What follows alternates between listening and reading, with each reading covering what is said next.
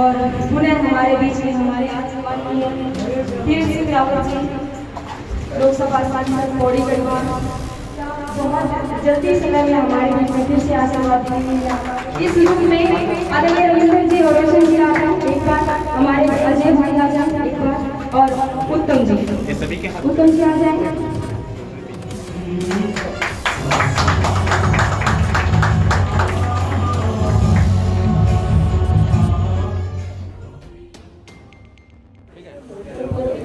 नमस्कार, आप देख रहे हैं बी न्यूज़ 24 और मैं हूं दीपक कुमार।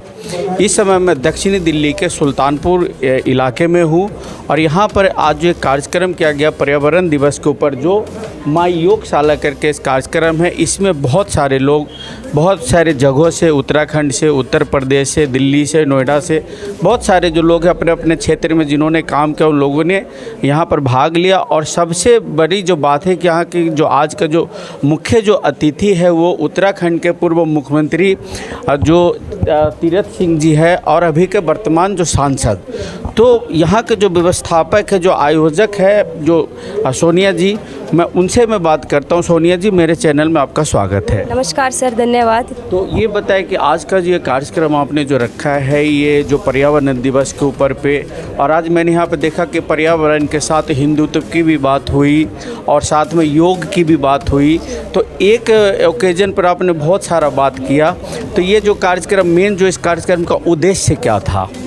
मैं आपके चैनल के माध्यम से सभी हिंदुस्तान भाई बहनों को बताना चाहती हूँ कि जैसे हम हमारे देश के यशस्वी प्रधानमंत्री आदरणीय नरेंद्र मोदी जी से प्रेरणा लेकर के अंतर्राष्ट्रीय योग दिवस को घर घर तक पहुँचा रहे हैं कि योग से सभी जुड़ें, किसी भी देश के कोने से कोई ऐसा इंसान रह ना जाए जो योग से परिचित ना हो।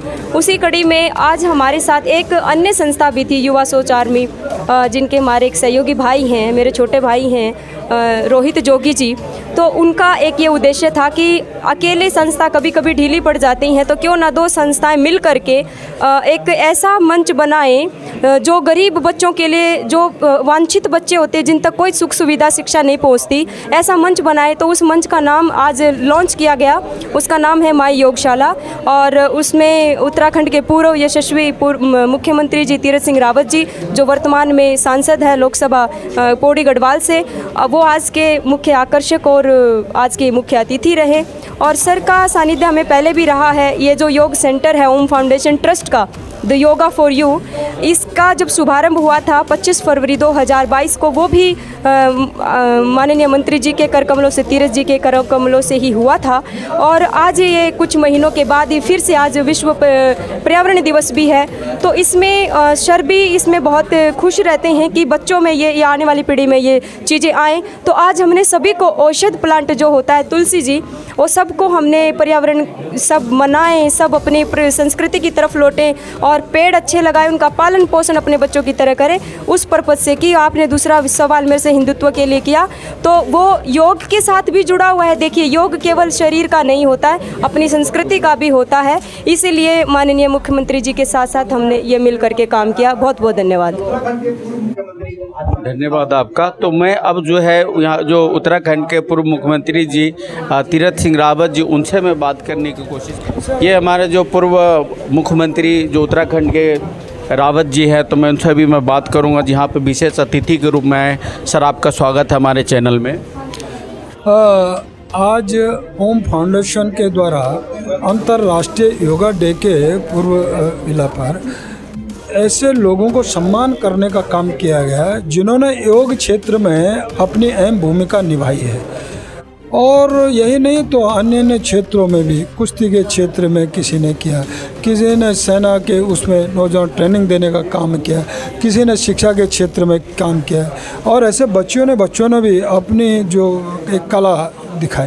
तो ऐसे लोगों सम्मान किया। तो मैं कहता हूँ, मैं हृदय से उन सभी प्रतिभागियों का स्वागत, अभिनंदन करने आया था। सर एक सवाल है हमारा, अभी जो आपने अपने मंच से यहाँ पे कहा कि लोग अपनी संस्कृति की ओर जा रहे हैं, और सबसे पहले आप देख सकते हैं कि इस देश में हिंदू बहुसंख्यक होते हुए भी आज के डेट में अल्पसंख्यक के जैसी स्थिति बन गई हुई है। हमारे ही चीज़ों को उस पर अपना अधिकार बताकर अभी देवबंद से कहा गया कि ये हमारा देश है, हम बहुसंख्यक अल्पसंख्यकों में ज़्यादा वाले जिनको नहीं पसंद आता वो देश छोड़ करके चले जाएं। अब हमें सदा डायरेक्टली एक तरह से थ्रेट है ये। आने वाला समय फिर पुनः जो पहली हमारी पद्धति थी और हिंदू राष्ट्र था और भारत पूरे दुनिया के अंदर आगे अग्रणी भूमिका अदा करता था, वही समय फिर आने वाला है। प्रधानमंत्री मोदी जी के नेतृत्व में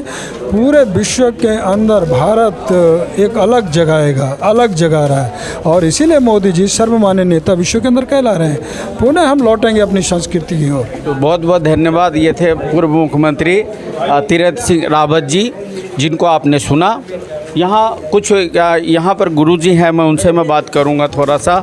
जो नमस्ते, आपका स्वागत है मेरे चैनल में। वेरी मच सर, आज आपने बहुत अच्छी बातें कही, तो मैं चाहूँगा कि आप हमारे दर्शकों को आप जो 5 योग का आपने जो एक आधारशिला जो बताया, तो कृपा करके हमारे दर्शकों को बताएं, जो मेरे चैनल के माध्यम से जो देश विदेश में लोग रह रहे हैं, इस योग से उनको फ़ायदा मिले, उनकी जो ज्ञान जगे और अपने जो वास्तविकता है, जो अपने पुरानी पद्धति की ओर लोग लौटे। तो सर थोड़ा परिचय दे करके बताइएगा। मैं बाल Mukund Singh, Morarji Desai national institute of yoga, जो भारतवर्ष सरकार के एक ही इंस्टीट्यूट है पूरे भारतवर्ष में, वहाँ पर मैं असिस्टेंट रिसर्च ऑफिसर रहा हूँ 30 साल। तो हमने योग के बारे में रिसर्च भी किया। तो यहाँ पर हमने सिर्फ यही बताया है कि आप योग करना चाहते हैं 3-4 चीज़ों का ज़रूर ध्यान रखिए। स्थान, आदौ स्थानम तथा कालम, समय, मिताहारम, उसके बाद क्या खाएंगे योग करते समय, क्या नहीं खाएंगे, इसका ज़रूर ध्यान रखें, क्योंकि शरीर अन्न से ही बनता है।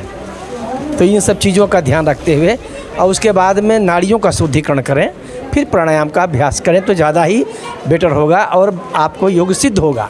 तो यही हमारी भारतवर्ष की परंपरा रही है।